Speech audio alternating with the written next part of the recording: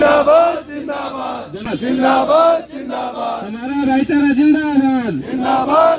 आरपीएसएस सिरसा राजकीय प्राथमिक शिक्षक संघ का धरना है। प्राथमिक शिक्षक हैं ये जिला भर के, और जिला मौलिक शिक्षा अधिकारी सिरसा के एक तरह से तानाशाही और हठी रवैये के खिलाफ आज ये धरना प्रदर्शन हमें करने पे मजबूर होना पड़ा है।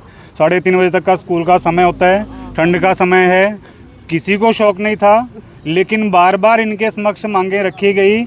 एक मांग पर भी सुनवाई ना करते हुए, बल्कि जिस प्रकार की मांगें इनके समक्ष रखी गई, जो एक मुख्य मांग थी, बहुत से स्कूलों में ऐसा हाल है, बच्चे इतने अधिक हैं, अध्यापक कहीं 1 या 2 हैं। कुछ स्कूलों की स्थिति तो ऐसी है 150, 170 बच्चे हैं, अध्यापक 2 या कहीं 1 भी है।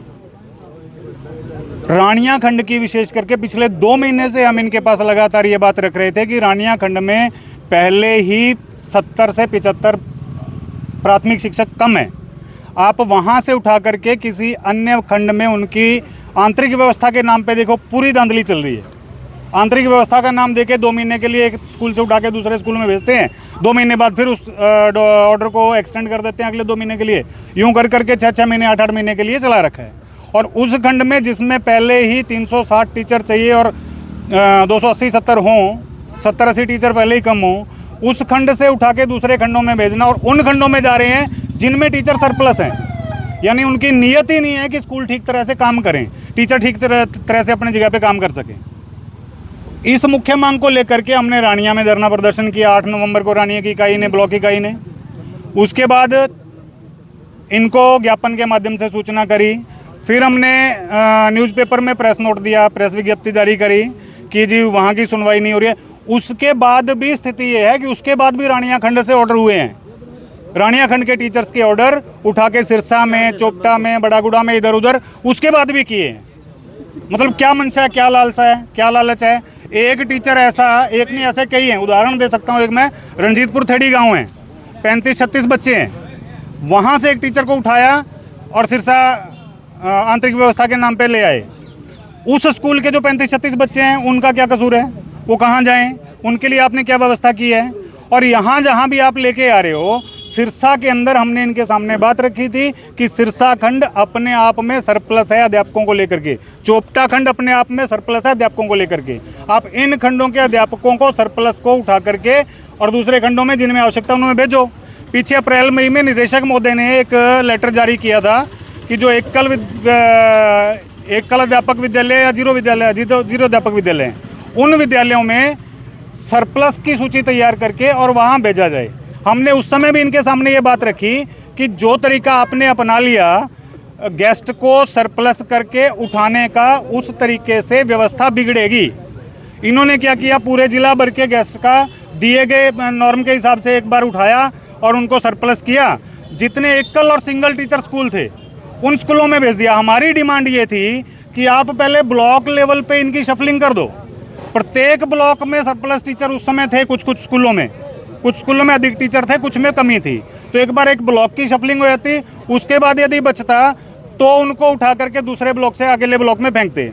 उस समय क्या हुआ, इन्होंने महिला गेस्ट अध्यापकों को खास करके उनको उठाया, उनको दूसरे खंडों में भेजा। वो कोई 40, कोई 50, कोई 60 किलोमीटर दूर गई, जो बिल्कुल अव्यवहारिक था।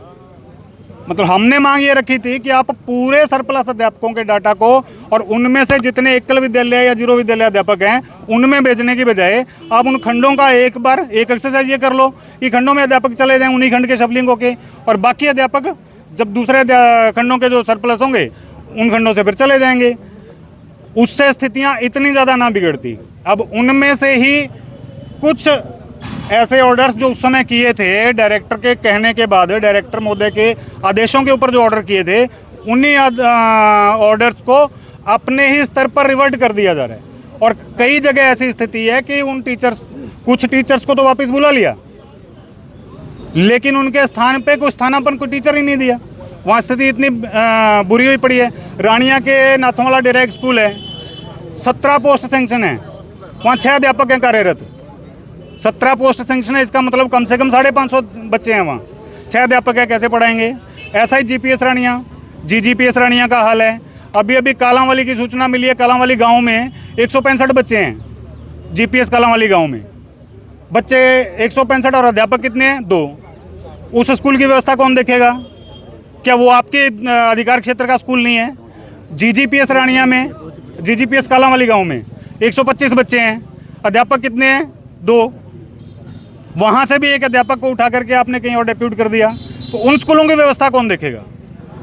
जिन स्कूलों में 6 या 7 का स्टाफ है और उतने ही बच्चे हैं, मान ला कि स्कूल में 7 का स्टाफ है, पूरे जिला में कमी अध्यापकों की हम मानते हैं, लेकिन इतनी अव्यवस्था तो ना हो, इतनी अव्यवस्था कि एक टीचर 50-50, 60-60, 70-70 बच्चे लेकर के बैठा है, तो वो पढ़ाई थोड़ी हो पा रही है। हमारी ये मांग है कि इस बात को सुना जाए। अगर आज भी नहीं सुना गया, इसका सुधार नहीं किया गया, तो इस पे बाकायदा जितने इन्होंने ऑर्डर्स जारी कर रखे हैं उन सभी ऑर्डर्स की कॉपियां निकाल करके प्राथमिक शिक्षा संघ के लेटर पैड को साथ लगा करके और डायरेक्टर को लिखा जाएगा कि इन स्कूलों में ये स्थिति है। मांग करने के बावजूद भी पूरा सत्र बीतने को गया है, पूरा सत्र बीत जाने के बाद भी लगभग 3 महीने का सत्र बाकी है, अभी तक भी टीचर उपलब्ध नहीं करवा रहे हैं और मनमानी से अपने तरीके से कहीं टीचर की शफलिंग हो रही है। इसी बात को मुख्य रूप से लेकर के हमारा विरोध प्रदर्शन था। अन्य कुछ मांगे हैं, एलटीसी है, एलटीसी एक ऐसा विषय है 20 से 23 का ब्लॉक था, 4 साल में एक बार अध्यापकों को, कर्मचारियों को एलटीसी मिलती है। 20 से 23 के ब्लॉक को सरकार ने 1 साल के लिए बढ़ाया, 31 दिसंबर 24 किया, जो कि आज के 10-12 दिन बाद समाप्त हो जाएगा वो ब्लॉक एरिया। सिरसा जिला की 1ली से 5वीं तक के अध्यापकों की एलटीसी का